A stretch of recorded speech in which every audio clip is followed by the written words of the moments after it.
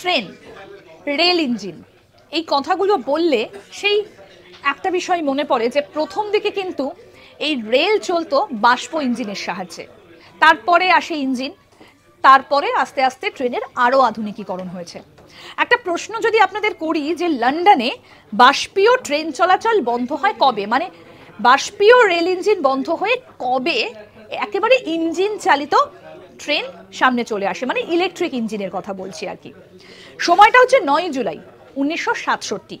এই তারিখে টেমসের দক্ষিণে প্রায় সমস্ত রেল লাইনের বিদ্যুতায়ন হয়ে যায়, আর তারপর এই বাষ্পচালিত রেল ইঞ্জিন বন্ধ হয়ে যায়। আর তারপর থেকেই কিন্তু ছুটতে শুরু করে এই বিদ্যুৎ চালিত রেল ইঞ্জিন।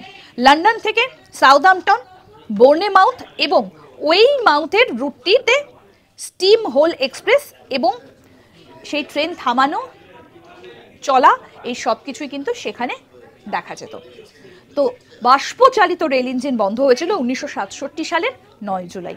তারপর থেকেই কিন্তু বিদ্যুৎ চালিত ইঞ্জিন গোটা দেশে ছড়িয়ে পড়েছিল, লন্ডনে প্রথমে এবং তারপর আস্তে আস্তে গোটা বিশ্বে। রেলের এরকম আরও অনেক অজানা ইতিহাস জানতে দেখতে থাকুন আজ তাক বাংলার ইউটিউব চ্যানেল, সাবস্ক্রাইব করুন, নোটিফিকেশন পেতে বেল বাটন অপশন প্রেস করুন।